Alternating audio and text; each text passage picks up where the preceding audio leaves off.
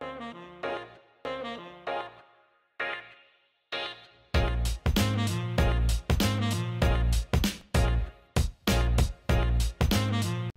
and welcome to Talking Whiskey. My name is Grant and today we're going to be talking about the difference between a single malt and a blended whiskey. So for this video I'm going to be talking about Scotch as my main example. Now there are different rules depending where you are in the world, but for the sake of this I'm sticking with Scotland and Scotch whiskey and the difference between a single malt and a blended whiskey in Scotland. So with Scotch whiskey there are four main types of whiskey. There's something called a single malt whiskey, there's a single grain whiskey, then there's a blended malt whiskey, and then there's a blended Scotch whiskey.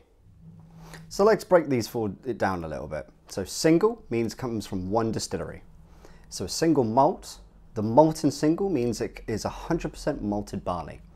Now with single grain, grain means it's a different grain than malted barley. So it can be wheat, it can be corn, or it can be rye.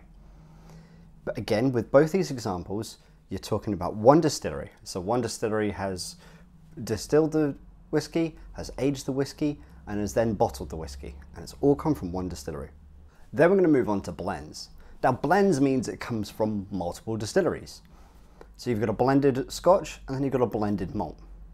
So blended malt, let's take Monkey Shoulder as an example. So Monkey Shoulder uses 3 distilleries and all of their malted barley whiskey.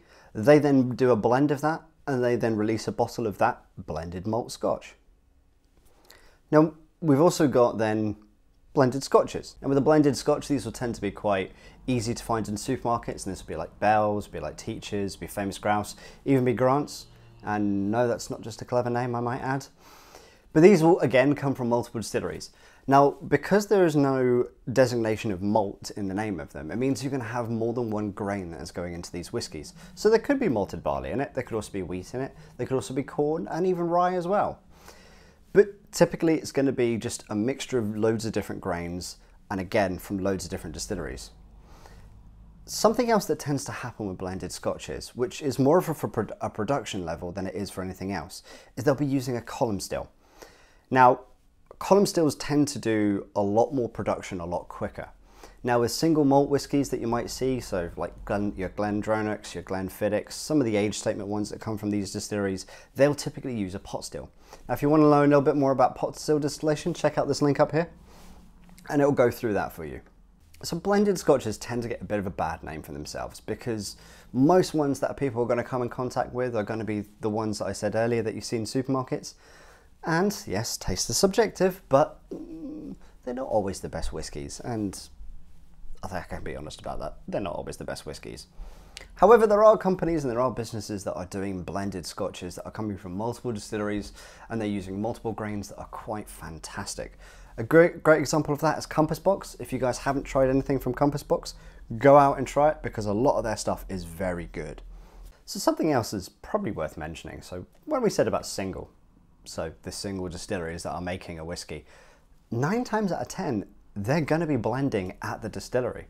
So they're going to be taking loads of different barrels, they're going to be mixing it all together, and they're going to be either doing that for an age statement for flavor profile, or a non-age statement where they've not got the restriction of putting an age on their bottle. But again, they're going to be blended on the distillery. So realistically, the difference between a single malt Scotch and a blend is just that it comes from one distillery, because most distilleries are going to be blending what they're producing.